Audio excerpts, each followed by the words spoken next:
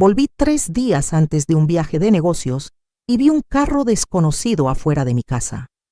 Entré silenciosamente y encontré a mi marido acariciando a una mujer mientras le decía: «Estás tan apretada, no como mi esposa».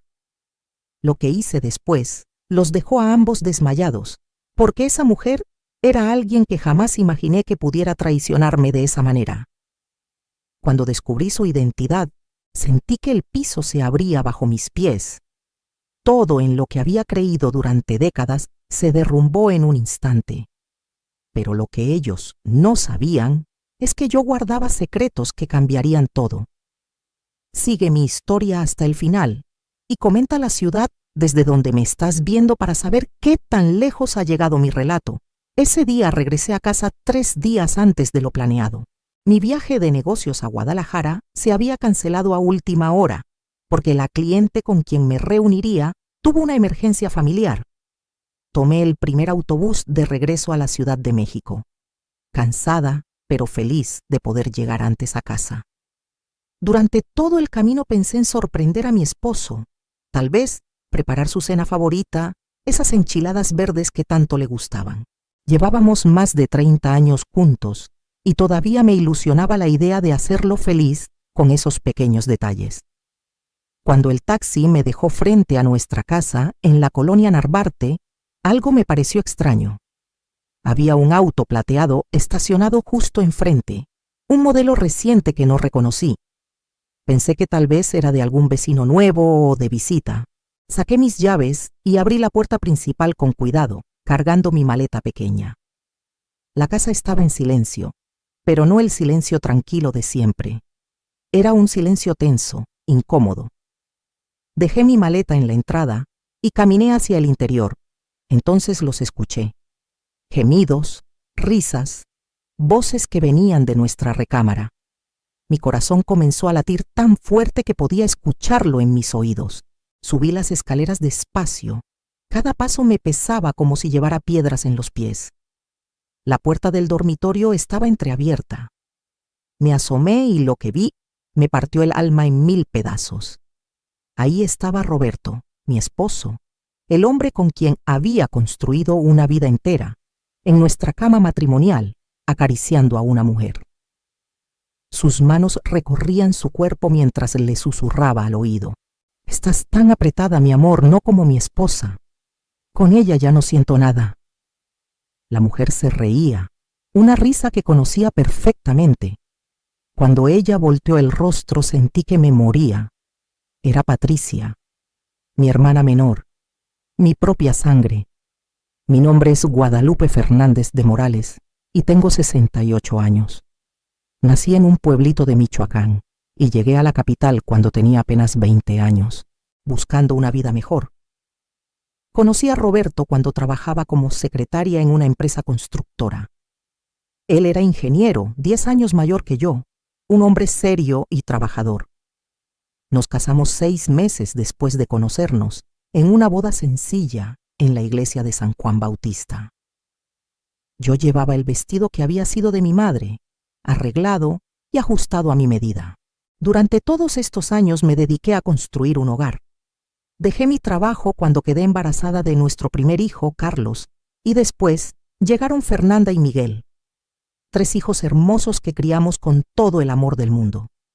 Roberto trabajaba mucho, a veces llegaba tarde, viajaba constantemente, pero yo nunca me quejé. Entendía que un hombre tiene que proveer para su familia. Yo me encargaba de todo lo demás: la casa, los niños, las citas médicas, las juntas escolares, los cumpleaños, las posadas, todo. Cuando los niños crecieron y se fueron de casa, pensé que Roberto y yo podríamos disfrutar finalmente de tiempo juntos, pero él parecía cada vez más distante. Se la pasaba en su teléfono, salía más seguido con los amigos del trabajo, llegaba tarde oliendo a perfume que no era el mío. Yo callaba. Una mujer de mi generación aprendió a hacer la vista gorda, a no hacer olas, a mantener la familia unida a costa de lo que fuera. Mi hermana Patricia siempre había sido la consentida de la familia. 9 años menor que yo, Creció viendo cómo yo trabajaba duro mientras mis padres la mimaban sin límites. Cuando nuestros padres fallecieron, yo ya estaba casada y establecida. Patricia tenía apenas 20 años y estaba perdida. La acogí en mi casa, le di un cuarto, la ayudé a estudiar. Conseguí que Roberto le diera trabajo en su empresa. Vivió con nosotros casi 5 años hasta que conoció a un tipo y se casó. Ese matrimonio duró apenas 2 años y cuando se divorció, otra vez estuve ahí para ella. Le presté dinero cuando lo necesitaba. Cuidé a su hijo cuando ella tenía que trabajar. La invité a todas las reuniones familiares, a las cenas de Navidad, a las celebraciones del Día de las Madres. Era mi hermana menor y sentía la responsabilidad de cuidarla, como me había enseñado mi madre. Jamás imaginé que ella podría clavarme un puñal por la espalda de esta manera. Ahí parada frente a esa puerta, viendo a mi esposo y a mi hermana juntos en mi propia cama, sentí que todo mi mundo se desmoronaba. ¿Cuántas veces Patricia había venido a casa en los últimos meses? ¿Cuántas veces la había recibido con café y pan dulce mientras ella me contaba sus problemas? ¿Cuántas veces me había quejado con ella sobre lo distante que estaba Roberto? Y ella solo asentía, me abrazaba, me decía que los hombres eran así, que tuviera paciencia. Todo mientras me traicionaba de la peor manera posible. Recordé entonces todos los detalles que no había querido ver. Las miradas que se cruzaban durante las cenas familiares. La forma en que Patricia siempre encontraba excusas para quedarse cuando los demás se iban. Cómo Roberto de repente se volvió más detallista con mi hermana que conmigo, recordando su cumpleaños, preguntando por su trabajo, ofreciéndole ayuda con cualquier cosa. Yo lo había interpretado como generosidad familiar. ¡Qué tonta fui! Los meses anteriores comenzaron a tener sentido de repente. Roberto insistiendo en que tomara ese trabajo de consultoría que implicaba viajar 2 veces al mes, él que siempre había preferido que me quedara en casa, de repente animándome a ser independiente, a tener mis propios proyectos. Patricia ofreciéndose a pasar más tiempo en casa para que yo no me preocupara por nada mientras viajaba. Yo le hago compañía a Roberto, decía, y yo agradecida, pensando qué suerte tenía de tener una hermana tan atenta, las llamadas telefónicas que Roberto cortaba cuando yo entraba a la habitación, los mensajes que borraba inmediatamente, las duchas que se daba apenas llegaba a casa, el desinterés total en nuestra intimidad. Llevábamos más de 1 año sin tocarnos. Cada vez que yo intentaba un acercamiento, él tenía una excusa. Estaba cansado, le dolía la espalda, tenía que levantarse temprano. Me hacía sentir como una vieja desesperada por querer intimidad con mi propio esposo. Y Patricia con sus comentarios envenenados, disfrazados de preocupación. «Ay, hermana, te veo cansada. Deberías cuidarte más. Roberto debe estar estresado con tanto trabajo. No lo presiones. A cierta edad, los hombres pierden el interés, es normal. Cada palabra era una mentira calculada para mantenerme insegura, para que no sospechara nada. Me quedé ahí parada, temblando de rabia y dolor, viendo cómo continuaban sin darse cuenta de mi presencia. Roberto besaba el cuello de Patricia mientras ella gemía su nombre, en mi cama, en las sábanas que yo había lavado y planchado esa misma semana, rodeados de las fotos familiares que decoraban las paredes, bajo el crucifijo que mi madre me había regalado el día de mi boda. Algo dentro de mí se rompió en ese momento. No fue solo mi corazón, fue algo más profundo. Fue la imagen que tenía de mí misma como la esposa paciente, la hermana generosa, la mujer que aguanta todo por mantener la paz familiar. Esa Guadalupe murió ahí mismo, frente a esa puerta. Entonces Roberto dijo algo que me heló la sangre. Cuando Lupita se vaya el próximo mes a ese congreso en Monterrey, tendremos toda la semana para nosotros. Ya estoy harto de fingir. Quiero despertarme contigo todos los días. Patricia se rió y respondió, pobre de mi hermana, tan ocupada con su trabajito sin darse cuenta de nada. Siempre fue medio lenta para entender las cosas. La rabia que sentí en ese momento fue como un incendio. Pero junto con la rabia vino algo más, una claridad mental que nunca había experimentado. Me di cuenta de que no podía simplemente entrar ahí gritando y llorando. Eso era lo que la vieja Guadalupe hubiera hecho. La nueva Guadalupe que nació en ese pasillo necesitaba ser más inteligente. Bajé las escaleras con el mismo cuidado con el que había subido. Salí de la casa, cerré la puerta silenciosamente, caminé hasta la esquina y me senté en la banca de la parada del camión. Ahí, sola, mientras los autos pasaban y la gente seguía con sus vidas normales, tomé el teléfono y llamé a mi hijo mayor, Carlos. Le dije que necesitaba hablar con él urgentemente, pero que no podía ser en casa. Quedamos de vernos en un café cerca de su oficina. Mientras esperaba el Uber que había pedido, mi mente trabajaba a 1000 por hora. Pensaba en todo lo que había sacrificado, en los años que dediqué a criar a nuestros hijos mientras Roberto construía su carrera, en cómo había dejado mis propios sueños de lado, en las noches que pasé despierta cuidando niños enfermos, mientras él dormía tranquilo porque tenía que estar descansado para el trabajo, en las veces que comí las sobras porque la comida no alcanzaba y preferí que ellos comieran bien. Pensé en mi hermana Patricia y en todo lo que había hecho por ella, el dinero que le presté y que nunca me devolvió, las veces que mentí a otras personas para cubrir sus errores, cómo defendí su divorcio frente a toda la familia cuando la criticaban, cómo la apoyé cuando todos le dieron la espalda, y así me pagaba. Pero en medio de toda esa oscuridad empezó a brillar una luz que venía de algo que ni Roberto ni Patricia sabían, algo que yo había mantenido en secreto todos estos años, y ese secreto estaba a punto de cambiarlo todo. Verán, hace 10 años falleció mi tía Esperanza, la hermana mayor de mi madre. Ella nunca se casó, nunca tuvo hijos, y yo fui su sobrina favorita.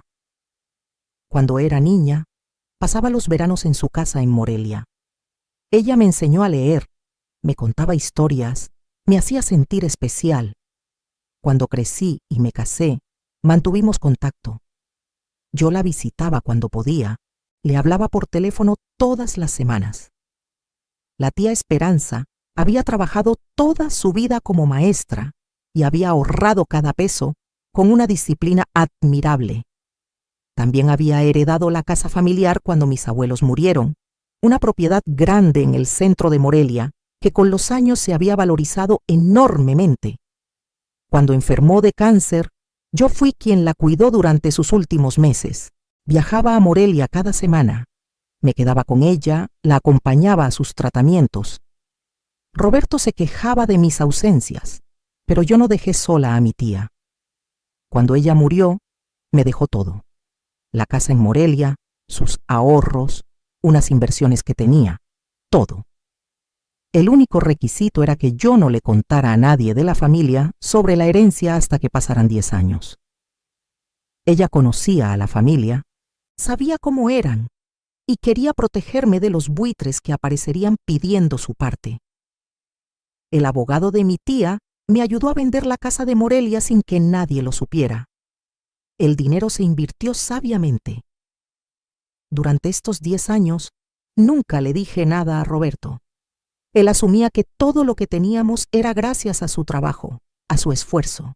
Me trataba como si yo dependiera completamente de él económicamente. Y yo lo dejé creer eso. No sé por qué no se lo dije. Tal vez alguna parte de mí ya sabía que no podía confiar completamente en él. Tal vez mi tía Esperanza, que era muy sabia, había visto algo que yo no quería ver. Ese dinero de la herencia lo había invertido con ayuda de un asesor financiero que me recomendó el abogado de mi tía. En 10 años, con buenas inversiones y sin tocar el capital, había crecido considerablemente. Tenía también un departamento que había comprado a mi nombre en la colonia Roma, que rentaba y me generaba ingresos mensuales. Roberto no sabía nada de nada. Para él, yo era solo la esposa mantenida, la que dependía de su sueldo, la que no tendría nada si él se iba. Sentada en ese café frente a mi hijo Carlos, le conté todo. Vi su rostro transformarse de confusión a incredulidad, de incredulidad a rabia. Él adoraba a su padre, lo admiraba. Descubrir que Roberto era capaz de algo así lo destrozó, pero cuando le conté sobre mi plan, sobre lo que pensaba hacer, sus ojos se iluminaron. «Mamá», me dijo tomando mis manos, «toda mi vida te he visto sacrificarte por todos, por papá, por nosotros, por la tía Patricia. Es hora de que pienses en ti. Cuenta conmigo para lo que necesites». Esa noche no regresé a casa. Le dije a Roberto por mensaje que había decidido quedarme unos días más en Guadalajara porque habían reagendado la reunión. Él respondió con un escueto «ok» y un emoji. Ni siquiera preguntó cómo estaba. Me quedé en un hotel cerca de la casa de Carlos y ahí, en esa habitación anónima, empecé a planear cada detalle. Contraté a un investigador privado. Necesitaba evidencias, fotografías, todo documentado. El investigador era bueno en su trabajo. En 2 semanas tenía un expediente completo. Fotos de Roberto y Patricia entrando a hoteles, mensajes de texto recuperados, llamadas grabadas. El nivel de descaro era impresionante. Tenían casi 2 años viéndose. 2 años en los que yo, como una tonta, seguía cuidando de ambos. También contraté a una de las mejores abogadas de divorcio de la ciudad. Le mostré todo: las pruebas de infidelidad, mi documentación financiera, los bienes que estaban a nombre de ambos. Ella sonrió cuando vio mi carpeta. «Señora Guadalupe», me dijo, «usted está en una posición mucho mejor de lo que cree.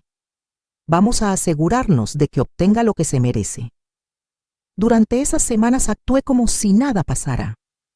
Regresé a casa después de mi supuesto viaje. Saludé a Roberto con normalidad.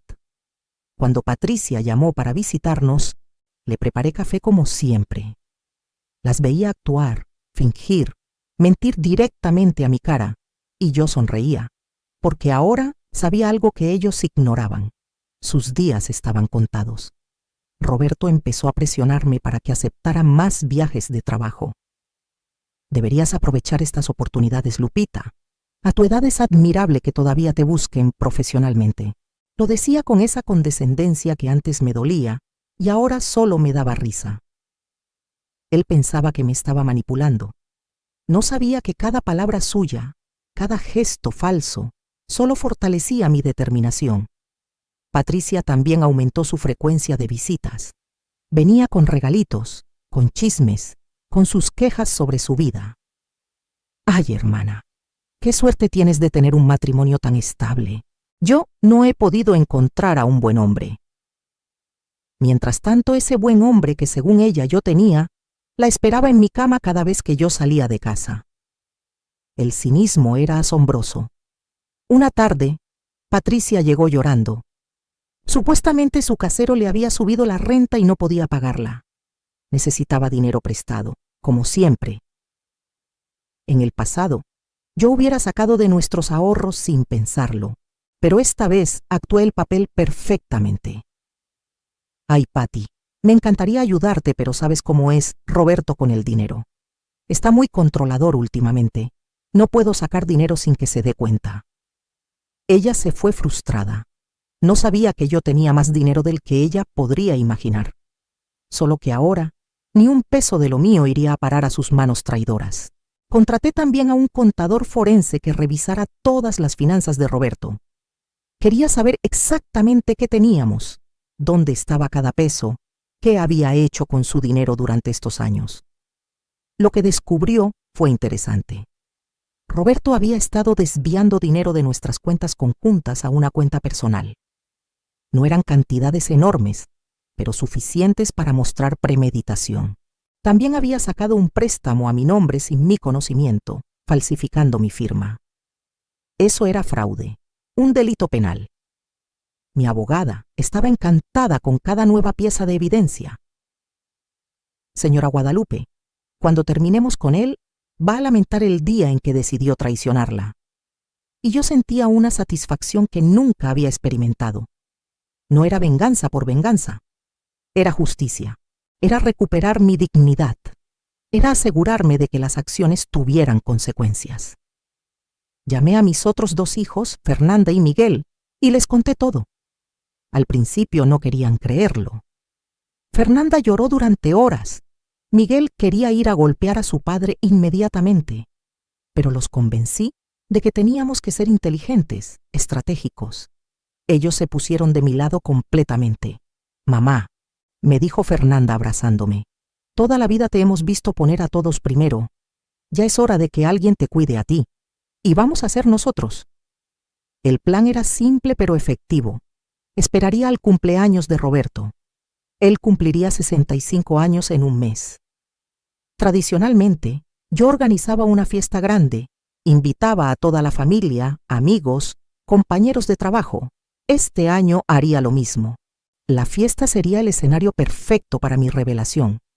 Ahí, frente a todos los que nos conocían, frente a toda la familia que nos admiraba como la pareja perfecta, ahí haría justicia. Durante ese mes de preparación, me sentí más viva que nunca. Era como si me hubiera quitado un peso de encima. Empecé a cuidarme más, fui al salón, me compré ropa nueva con mi propio dinero. Roberto notó el cambio y asumió que estaba tratando de reconquistar su atención. Qué equivocado estaba. No me arreglaba para él. Me arreglaba para mí misma, para la mujer en la que me estaba convirtiendo.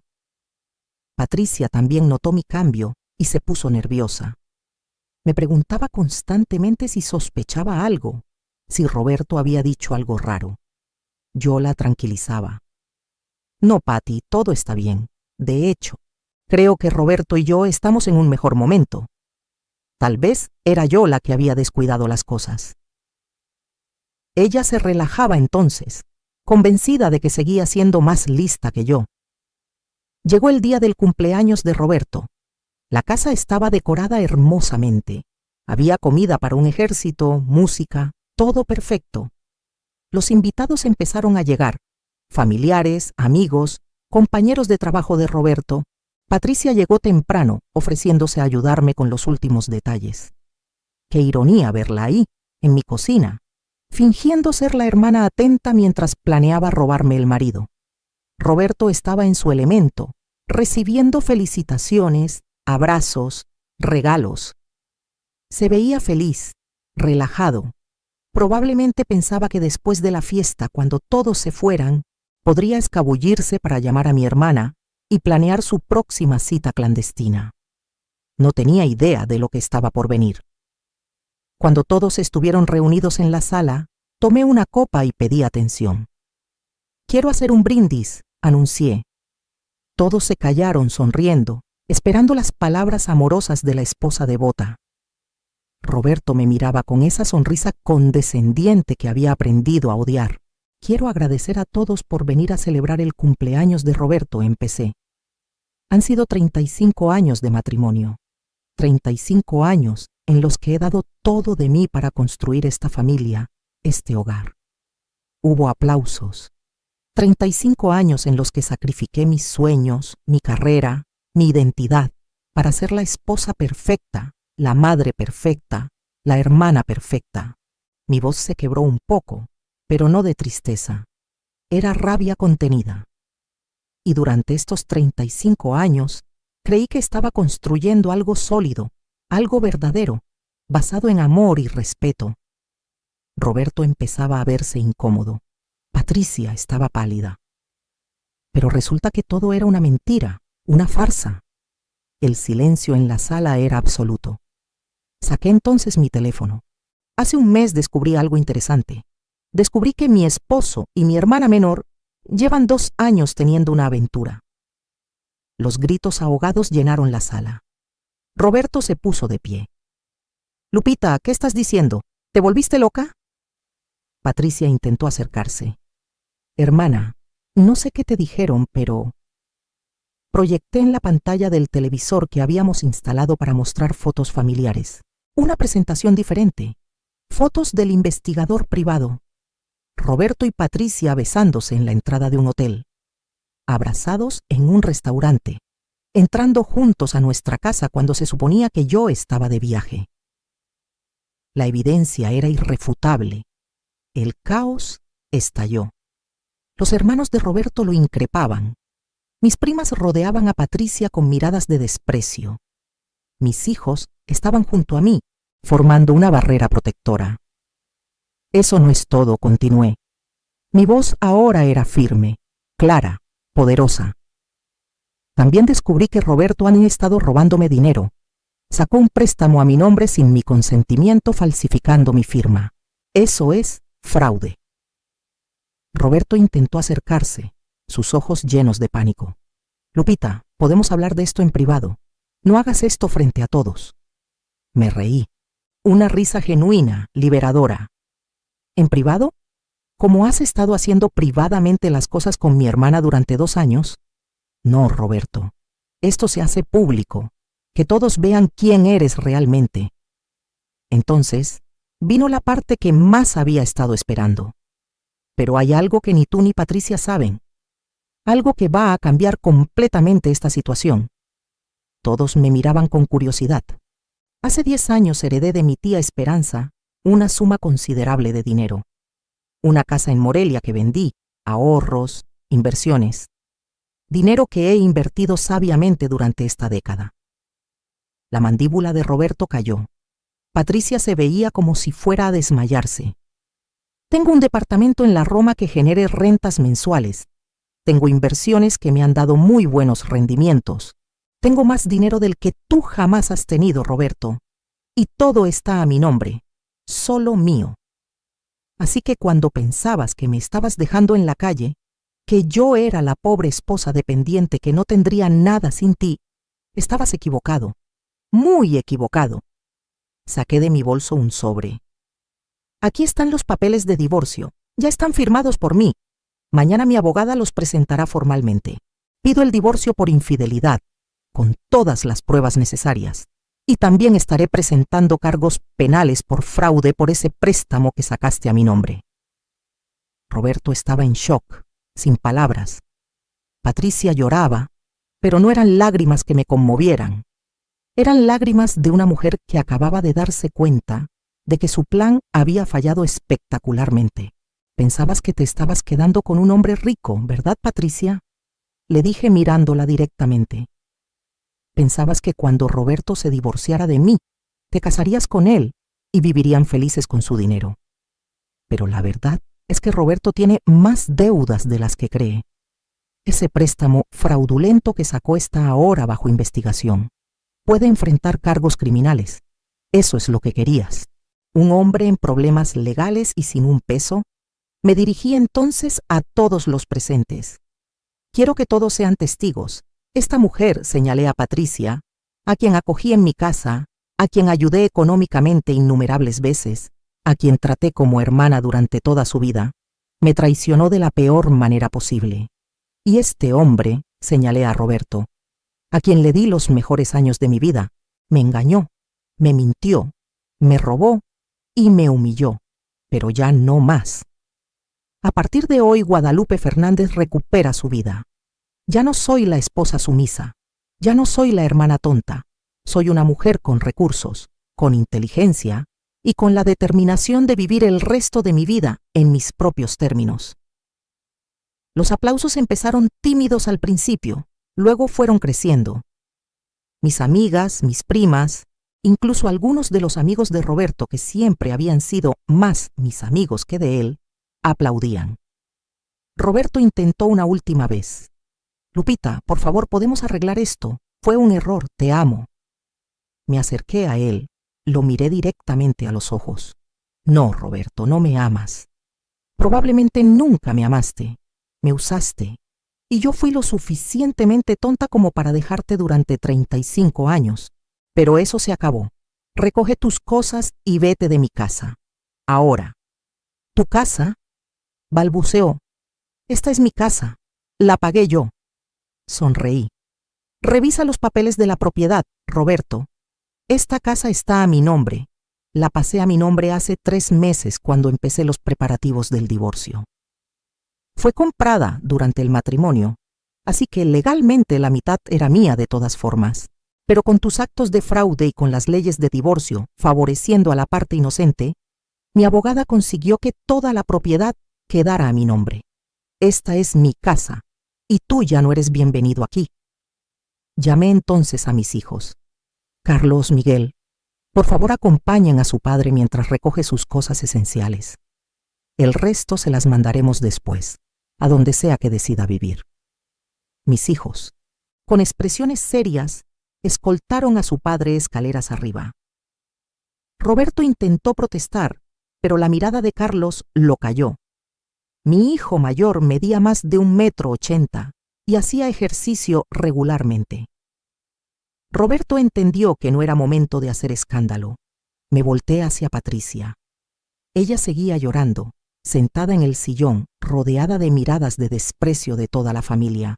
En cuanto a ti, le dije con una voz gélida que no reconocí como mía, no quiero volver a verte en mi vida. Nunca.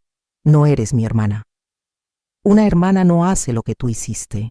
Eres una extraña para mí y para esta familia. Mis primas y tías asintieron. La familia puede perdonar muchas cosas, pero lo que Patricia había hecho era imperdonable. Ella intentó hablar, balbucear excusas, pero nadie quiso escucharla. Finalmente se levantó y corrió hacia la puerta, perseguida por los insultos de las mujeres de la familia. Vi cómo se subía a su auto y se alejaba a toda velocidad. Fue la última vez que la vi. Los invitados comenzaron a retirarse, pero no sin antes acercarse a darme palabras de apoyo. Guadalupe, hiciste lo correcto. Qué valor el tuyo. Deberían darte un premio por cómo manejaste esto. Mis amigas se quedaron para ayudarme a limpiar, pero más que nada para asegurarse de que estuviera bien. Cuando Roberto bajó con 2 maletas, escoltado por mis hijos, intentó una vez más hablar conmigo. Lupita, esto es un error. Vamos a perder todo. Lo miré sin una pizca de emoción. No, Roberto, tú vas a perder todo. Yo ya gané. Gané mi libertad, mi dignidad, mi futuro. Tú perdiste a una mujer que te amaba incondicionalmente, que te fue fiel durante 35 años, que construyó un hogar para ti, y la cambiaste por alguien que solo te quería por interés. Espero que haya valido la pena. Después de que Roberto se fuera, me senté en mi sala rodeada de mis hijos y mis amigas más cercanas, y por primera vez en semanas me permití llorar. No eran lágrimas de tristeza, no exactamente. Eran lágrimas de liberación, de cierre, de comenzar a procesar 35 años de una vida que resultó ser muy diferente de lo que yo creía. Fernanda me abrazaba de un lado, Carlos del otro. Miguel estaba sentado a mis pies, sosteniendo mi mano. Mamá, dijo Fernanda, estamos tan orgullosos de ti. Toda la vida te vimos aguantar tanto. Ver cómo finalmente te defendiste. Fue increíble. Carlos agregó, papá no sabe la suerte que tenía, y la desperdició. Pero nosotros no vamos a cometer el mismo error. De ahora en adelante, tú eres nuestra prioridad. Los siguientes meses fueron un torbellino de trámites legales, pero también de autodescubrimiento. El divorcio se procesó rápidamente gracias a todas las pruebas de infidelidad. Roberto intentó pelear por la mitad de mis bienes, pero mi abogada fue implacable. Todo lo que la señora Guadalupe tiene proviene de una herencia personal recibida antes de que ustedes se separaran, y fue mantenido en cuentas separadas. Usted no tiene derecho a nada de eso. Los cargos por fraude también procedieron. Roberto tuvo que devolver el dinero del préstamo que había sacado fraudulentamente a mi nombre, más intereses y penalizaciones. No fue a la cárcel porque era su primera ofensa y llegamos a un acuerdo, pero quedó con antecedentes. Su reputación en su empresa quedó destruida. Tuvo que renunciar. La humillación pública fue su peor castigo. Patricia intentó contactarme varias veces. Mensajes, llamadas, hasta se presentó en mi puerta una vez, pero yo no cedí. Le había dado tantas oportunidades en la vida, tanto amor y apoyo, y ella me había traicionado de la peor manera. No había perdón posible para eso. Eventualmente se fue de la ciudad. Escuché por terceros que se mudó a Tijuana. No me importó averiguar más. Con el divorcio finalizado y mi vida en orden, tomé decisiones que jamás me había permitido tomar. Vendí la casa donde había vivido con Roberto. Tenía demasiados recuerdos, muchos buenos, pero contaminados ahora por la traición. Compré un departamento hermoso en La Condesa, con grandes ventanales y lleno de luz. Lo decoré exactamente como yo quería, con colores brillantes y arte que me hacía feliz. Empecé a viajar. No por trabajo, sino por placer. Fui a Oaxaca y tomé clases de cocina tradicional. Visité Guanajuato y recorrí sus callejones llenos de historia. Me fui a la playa en Tulum y pasé semanas sin hacer nada más que leer, nadar y disfrutar. Cada viaje era una afirmación. Yo importaba. Mis deseos importaban. Mi felicidad importaba. También retomé estudios. Me inscribí en cursos de historia del arte, algo que siempre me había fascinado, pero que nunca había tenido tiempo de explorar. Conocí gente nueva, hice amigas, me uní a un club de lectura. Mi vida social floreció de maneras que nunca imaginé posibles a mis casi 69 años. Mis hijos estaban asombrados y felices con mi transformación. «Mamá, estás rejuvenecida», me decía Fernanda. Y tenía razón, me sentía más joven, más viva de lo que me había sentido en décadas. Era como si hubiera estado dormida durante años y finalmente hubiera despertado. Un día, casi un año después del divorcio, me encontré con una vieja amiga en un café. Me contó que había visto a Roberto. Estaba viviendo en un departamento pequeño, trabajando en un puesto mucho menor al que tenía antes. Patricia lo había dejado en cuanto se dio cuenta de que no tenía el dinero que ella pensaba. Él estaba solo, amargado, culpando a todos menos a sí mismo por su situación. No sentí satisfacción al escuchar eso, pero tampoco sentí lástima. Sentí indiferencia. Roberto había tomado sus decisiones y ahora vivía con las consecuencias. Ya no era mi problema, ya no era mi responsabilidad. Era simplemente alguien que había formado parte de mi pasado. Me involucré también en trabajo voluntario. Empecé a dar pláticas en centros comunitarios para mujeres sobre independencia financiera y empoderamiento. Compartía mi historia, cómo había guardado mi herencia en secreto, cómo eso me había dado opciones cuando más las necesitaba. Nunca es tarde para tomar control de su vida, les decía. Nunca son demasiado viejas para empezar de nuevo. Las mujeres que asistían a mis pláticas iban desde jóvenes de 20 años hasta señoras de mi edad. Todas tenían algo en común. Habían permitido que otros definieran su valor, que otros controlaran su vida. Y todas estaban buscando una salida, una manera de recuperar su poder. Yo les mostraba que era posible. Invertí también en las relaciones con mis nietos. Con el tiempo libre que ahora tenía, podía ser la abuela presente que siempre quise ser. Los recogía de la escuela, íbamos al parque, cocinábamos juntos. Les enseñaba las recetas de mi madre, les contaba historias de mi infancia en Michoacán.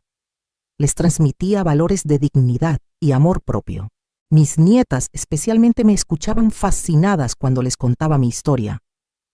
«Abuela», me dijo una vez mi nieta mayor, «cuando sea grande quiero ser como tú, fuerte e independiente». Esas palabras significaron más para mí que cualquier otra cosa. Estaba rompiendo ciclos, estaba mostrándoles que las mujeres no tienen que quedarse en situaciones que las dañan solo por mantener las apariencias. 2 años después del divorcio, conocí a Arturo en una exposición de arte. Era viudo, había perdido a su esposa 5 años atrás por cáncer. Teníamos muchas cosas en común: amor por el arte, por viajar, por la buena comida. Empezamos a salir como amigos y eventualmente se convirtió en algo más. No era como con Roberto. Con Roberto había sido joven, inexperta, dispuesta a moldejarme a lo que él necesitaba. Con Arturo era diferente. Yo sabía quién era, qué quería, qué no estaba dispuesta a tolerar. Nuestra relación era de iguales, de 2 personas maduras que se complementaban sin perderse el uno en el otro. Arturo respetaba mi independencia, admiraba mi fuerza. «Guadalupe», me decía, «eres la mujer más extraordinaria que he conocido». Y yo le creía, porque venía de un lugar genuino. No necesitaba su validación, pero era hermoso recibirla de alguien que realmente me veía y me valoraba. No nos casamos. No lo necesitábamos. Cada uno tenía su espacio, su vida, y elegíamos compartir momentos juntos porque nos hacía felices, no por obligación.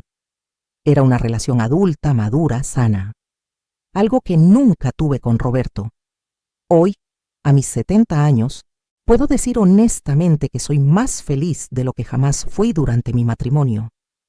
Tengo mi propio dinero, mi propio espacio, mis propias decisiones.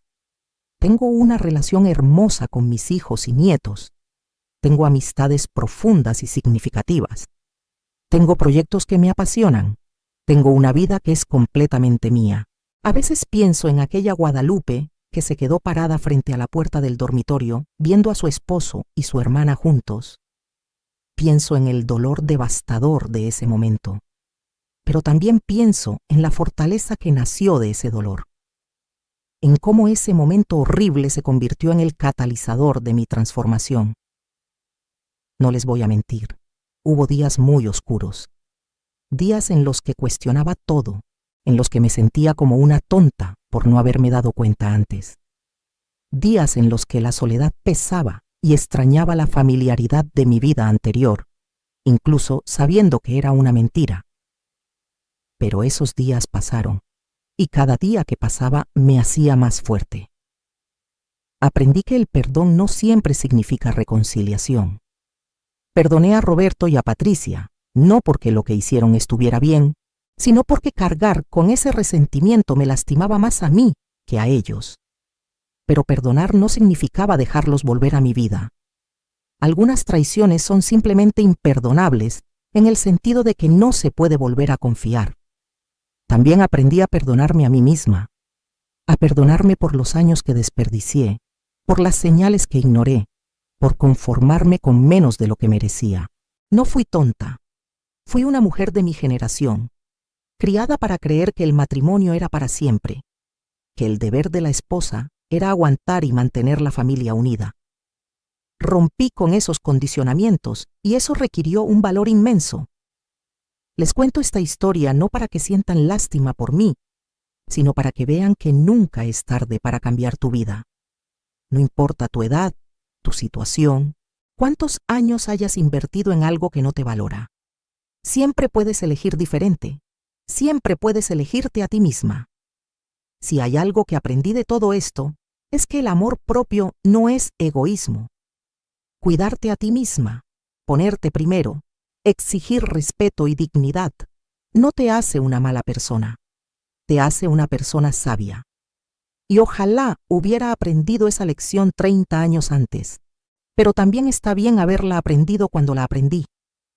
A las mujeres que están leyendo esto, y que tal vez están pasando por algo similar, quiero decirles, ustedes son más fuertes de lo que creen, son más valiosas de lo que les han hecho creer, y merecen una vida llena de amor verdadero, respeto genuino y felicidad auténtica.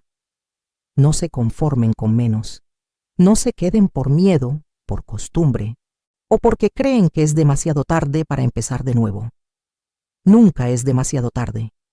Mi tía Esperanza, con su sabiduría, me dio más que una herencia económica. Me dio opciones. Me dio la posibilidad de elegir. Y esa es la herencia más valiosa que podemos dar a las siguientes generaciones. La capacidad de elegir una vida digna, de no depender de nadie, de tener los recursos para salir de situaciones dañinas. Por eso ahora trabajo con organizaciones que ayudan a mujeres en situaciones de violencia o abuso. Doy pláticas sobre independencia financiera. Ayudo cuando puedo económicamente a mujeres que necesitan un empujón para salir de relaciones tóxicas. Es mi manera de honrar el regalo que mi tía me dio, de pasarlo hacia adelante. Cada vez que veo a una mujer encontrar su fuerza, dejar una situación que la daña, empezar de nuevo con la frente en alto, siento una alegría inmensa, porque sé lo difícil que es dar ese paso. Sé el miedo que implica, sé la valentía que se necesita, y cada una de esas mujeres es una heroína, independientemente de que el mundo las reconozca o no. Roberto intentó contactarme el año pasado, me mandó una carta larga pidiendo perdón, diciendo que había sido el peor error de su vida, que me extrañaba. La leí una vez y la tiré a la basura. No con rabia, sino con indiferencia. Ese capítulo de mi vida estaba cerrado. Él ya no tenía poder sobre mí, ni siquiera el poder de hacerme enojar. Patricia, hasta donde sé, sigue en Tijuana. Alguien me dijo que se casó de nuevo. No sé si es verdad, y honestamente no me importa. Ella dejó de existir para mí el día que elegí mi dignidad sobre los lazos de sangre. Porque la familia real no es solo la que comparte tu sangre, es la que está contigo en las buenas y en las malas, la que te respeta y te valora. Mi familia real ahora incluye a mis hijos y nietos, a las amigas que estuvieron conmigo durante mi transformación, a las mujeres que he conocido en este camino de sanación y crecimiento. Y también incluye a Arturo, que me demuestra todos los días que el amor verdadero existe, que se puede tener una relación sana y respetuosa, incluso a nuestra edad. Si me preguntan si haría algo diferente, la verdad es que no lo sé. Todo lo que viví, por doloroso que fue, me trajo a donde estoy ahora. Me hizo la mujer que soy. Y me gusta quien soy ahora. Me gusta mi vida. Me gusta mi independencia. Me gusta mi fuerza. Así que tal vez todo tenía que pasar exactamente como pasó para que yo pudiera llegar aquí.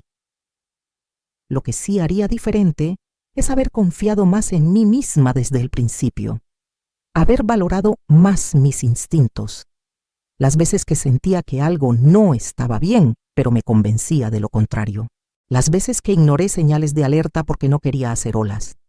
Eso sí lo haría diferente.